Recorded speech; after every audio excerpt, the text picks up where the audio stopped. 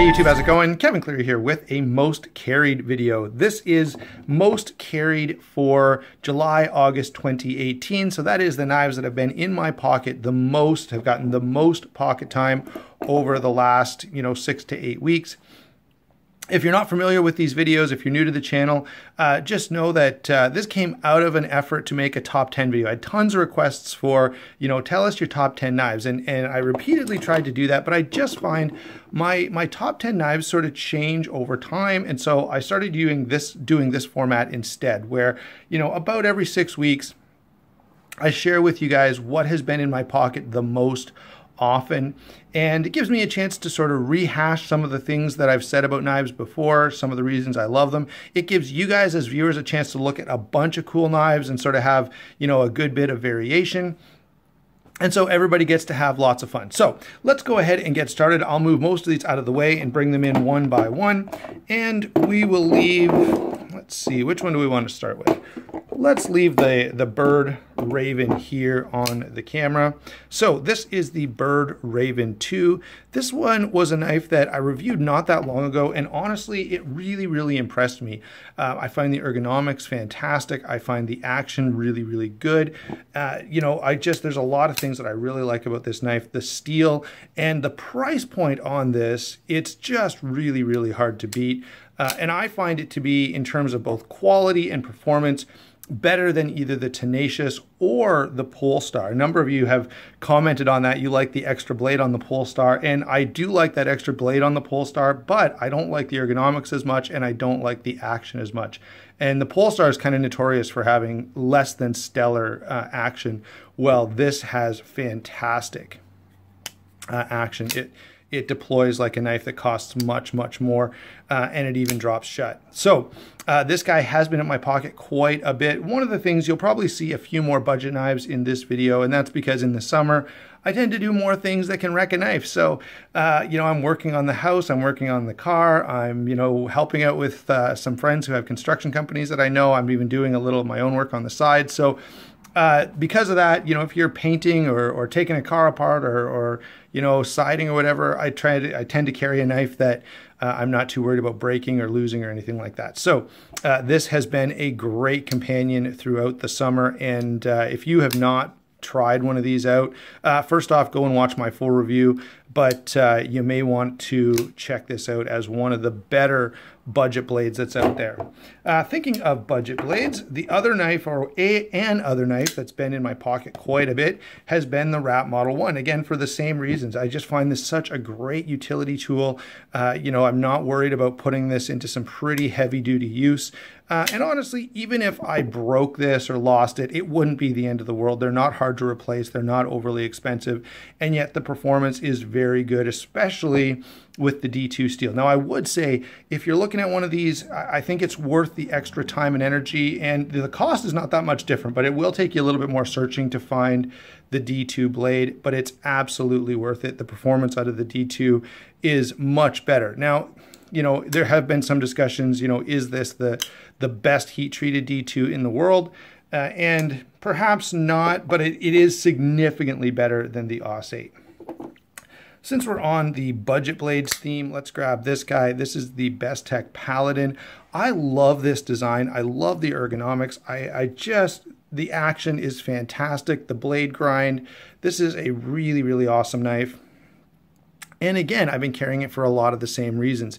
If I'm doing something that, could potentially damage a knife or something like that, you're not that worried about it with this knife. Yet, the benefit, I think, of this knife is you get most of the performance from something much higher end. The action is just fantastic. Like the detent is dialed in. The bearings are just smooth as silk.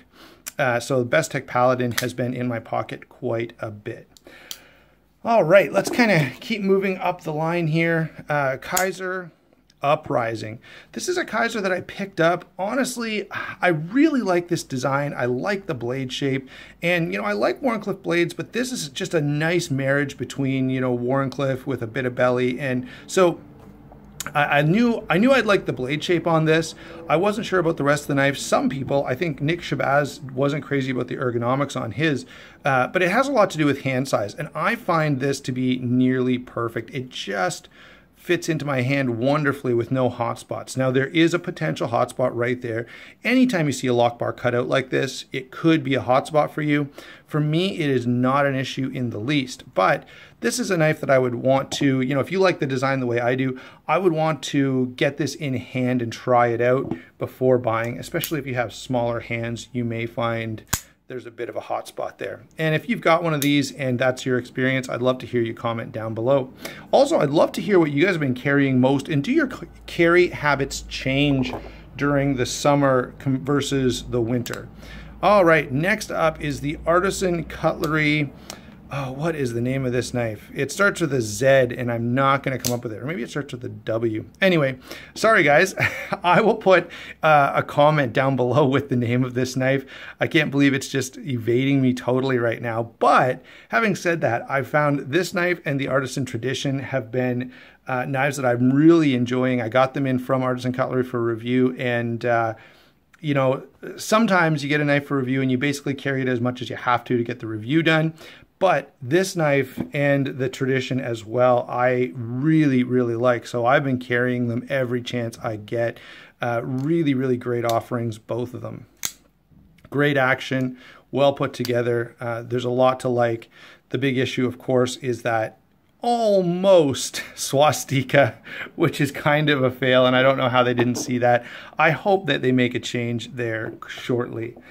Let's see here. Next up is going to be the Crooked River. This is my modified Crooked River. Once I got the work done, I carried it for a bit, and then I kind of took a break from it. But lately, I've been picking this one up again and having it in pocket. I've settled on the blue G10. I just like the way it looks. I'm sure some of you will disagree. And if you modify your Crooked River, you can go with whatever color you like. Rogue Bladeworks has lots of options. I do love that forged carbon fiber. It looks fantastic. And then the standard carbon fiber clip doesn't match perfectly, but I still like it more than the standard Benchmade clip. So this guy is by far, or bar none is maybe what I'm trying to say, my favorite Benchmade, although I did get a message from Rogue Bladeworks in response to a question I asked them about a G10 handle scale for the Benchmade Freak. And I can tell you that when Rogue Bladeworks gets ready to do those G10 handles for the Freak, I will be buying some, and I will promptly be buying a Freak to put them on. The full-size Freak is one of my favorite Benchmade designs overall. I absolutely love the blade. I love the ergonomics. There's a lot of things I really like about it, except for the handles. The plastic is just not my favorite thing. But G10 will be awesome, and Rogue Bladeworks is planning to do scales for the Freak, and so I will be looking for that. Anyway, in the meantime, this is the Benchmade that I have in my collection, and man, I do like it an awful lot. Where do we go next? Let's get out the Inkosi. This guy is, it's a fairly standard Chris Reeve knife. Nothing crazy here. I mean, it is a new design, but when Chris Reeve comes out with a new design, it's just a very slight difference from their standard stuff. I do find the Inkosi to be my favorite CRK Chris Reeve knife to date. And this gets carried an awful lot whenever I want something high-end, but I don't want to, if I'm going on a hike, let's say, I would carry something like this, because it's nice to have something a little higher end. But if you're out in the bush and you need to do something a little more heavy duty with it, then you're not really worried about it. Another knife that fits that same category is my Curtis F3. If you've been around the channel for long, you know about this knife. This knife has made my most carried videos multiple times because it really is a knife that I carry and use an awful lot.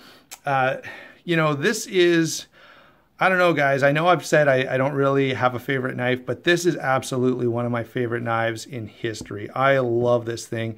I carry it all the time. It's one of those knives that even on days I don't carry it, I usually take it off the shelf and mess with it a little bit. It's just so fantastic. Over here is a knife that I think is one of the best examples of a high-end folder. This is the Olamic Cutlery Swish. And, this is a knife that I feel like just does all the things that I want a knife to do. Got a little gunk on it there. It looks amazing. The action is phenomenal. It rides nicely in pocket. The blade shape is useful and yet different and interesting. This just checks all the boxes for me. I absolutely love the swish. And, you know, this is one of those knives that I feel like if you're someone who's maybe thinking, I'd like to have just that one really special high-end knife. I don't want to have like a Chris Reeve and a Hinderer and a bunch of Riots and a bunch, you know, I don't want a bunch of $500 knives. I just want one really special piece. I think the Swift is one of the really, really outstanding offerings in that high-end segment of the marketplace. What else have we got? I think we're almost done. Oh yeah, last but not least, the massive Cold Steel 4MAX. This is the American-made 4MAX. They've since switched to Italy. But this one, you know, I'm really glad I got it when I did. I really, really like this knife.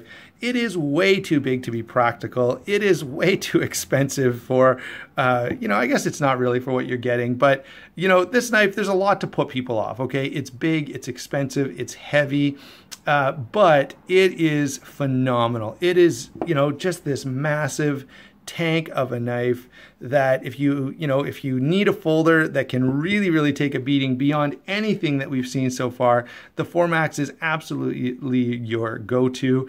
And this is a knife that just speaks to me. I absolutely adore this knife. And, you know, I'm sure a lot of you guys watching, because you've told me, love yours as well. So those are the knives that have been in my pocket the most often. Let's kind of get them back in here and try to create a bit of a group. Whoops.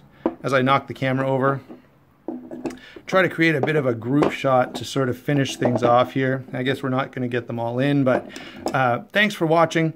Don't forget to like and subscribe. 2 more knives to fit in here. I'm going to have to start piling them up like a Jenga game now. There we go. Thanks for watching. We will talk to you soon.